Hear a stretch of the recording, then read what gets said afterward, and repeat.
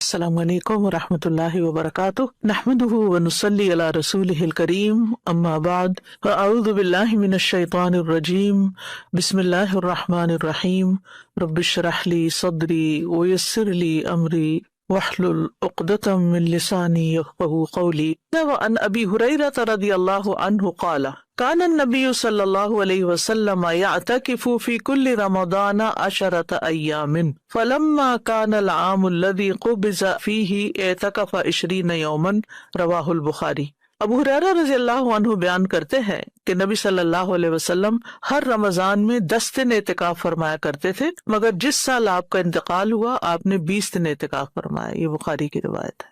اب آپ دیکھیے کہ ساری حدیثوں میں ایک ہی بات آ رہی ہے، وہ کون سی کامن بات ہے جو ان ساری حدیثوں میں ہے؟ آخری عشرے کا اعتکاف۔ نبی صلی اللہ علیہ وسلم کی سنت کیا ہے؟ آخری عشرے کا اعتکاف، لیکن 20 دن کا بھی آپ نے اعتکاف کیا ہے، یعنی 10 دن تو ٹھیک ہے لیکن اس سے زیادہ بھی ہو سکتا ہے۔ اب اعتکاف کا مطلب کیا ہوتا ہے؟ اعتکاف کا لغوی مطلب ہے کسی چیز کے ساتھ پابند ہو جانا، کہیں بند رہنا، جم کے بیٹھنا، اور شرعی اصطلاح میں رب ذوالجلال کی عبادت کے لیے انسان کا اپنے آپ کو کسی مسجد میں پابند کر لینا، یہ اعتکاف کہلاتا ہے۔ اللہ تعالیٰ کی عبادت کے لیے انسان کا اپنے آپ کو کسی مسجد میں پابند کر لینا، بند کر لینا، اس سے باہر نہ نکلنا۔ رسول اللہ صلی اللہ علیہ وسلم کے عمل سے اس کا مشروع، مسنون اور مستحب ہونا ثابت ہے کہ یہ ایک اہم عبادت ہے۔ قرآن مجید میں بھی اعتکاف کا ذکر آتا ہے۔ کہاں آتا ہے؟ وَعَهِدْنَا إِلَىٰ إِبْرَاهِيمَ وَإِسْمَاعِيلَ أَن طَهِّرَ بَيْتِيَ لِلطَّائِفِينَ وَالْعَاكِفِينَ وَالرُّكَّعِ السُّجُودِ، اور ہم نے ابراہیم اور اسماعیل علیہم السلام کو حکم دیا کہ میرے گھر کو طواف کرنے والوں، اعتکاف کرنے والوں اور رکوع اور سجدہ کرنے والوں کے لیے پاک رکھو۔ ٹھیک ہے، تو اس سے کیا پتہ چلتا ہے کہ یہ اعتکاف کی سنت کب سے ہے؟ بہت پہلے سے ہے۔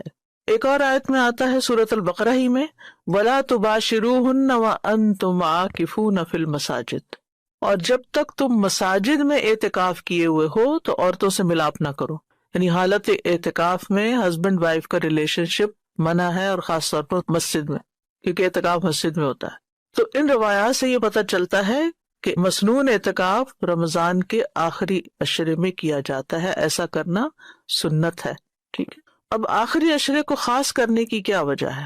نبی صلی اللہ علیہ وسلم پہلے 10 دنوں میں اعتکاف کرتے تھے، پھر آپ نے درمیانے 10 دن بھی اعتکاف کیا، اور آپ لیلۃ القدر کو تلاش کرتے تھے۔ پھر آپ سے کہا گیا انہا فی العشر الاواخر، کہ لیلۃ القدر آخری عشرے میں ہے، لہٰذا آپ نے رمضان کے آخری 10 دنوں میں اعتکاف شروع کر دیا۔ واضح؟ یعنی پہلے آپ پہلے عشرے میں بھی کرتے تھے، دوسرے میں بھی کیا، اور پھر جب یہ پتہ چلا کہ لیلۃ القدر آخری عشرے میں ہے تو پھر آخری عشرے کا اہتمام کیا۔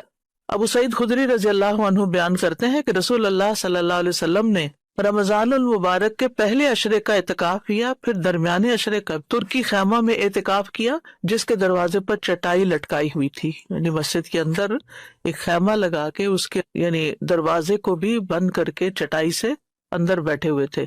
ابو سعید رضی اللہ عنہ کہتے ہیں کہ نبی صلی اللہ علیہ وسلم نے اپنے ہاتھ سے وہ چٹائی خیمے کے ایک کنارے کی طرف کر کے اپنا سر نکالا اور لوگوں سے بات کی تو لوگ آپ کے قریب ہو گئے، تو آپ نے فرمایا میں نے یہ رات تلاش کرنے کے لیے پہلے عشرے کا اعتکاف کیا، پھر درمیانے عشرے کا اعتکاف کیا، پھر میرے پاس آنے والا آیا اور مجھ سے کہا گیا کہ یہ رات آخری عشرے میں ہے، لہٰذا تم میں سے جو بھی اعتکاف کرنا پسند کرتا ہے وہ اعتکاف کر لے۔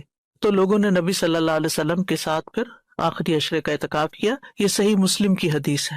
تو اس سے کیا بات پتہ چلتی کہ اگرچہ نبی صلی اللہ علیہ وسلم نے پہلے اور دوسرے عشرے کا بھی اعتکاف کیا، لیکن چونکہ لیلۃ القدر آخری عشرے میں ہے تو اس لیے پھر آخری کا اہتمام کیا۔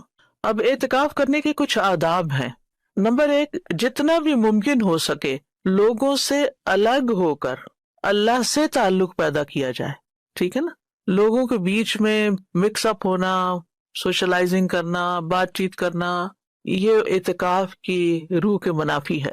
اور تنہائی میں بیٹھ کر اللہ تعالیٰ کی اتنی عبادت کی جائے کہ اللہ تعالیٰ سے ایک تعلق پیدا ہو جائے، ایک انس پیدا ہو جائے، اس میں مزہ آنے لگے۔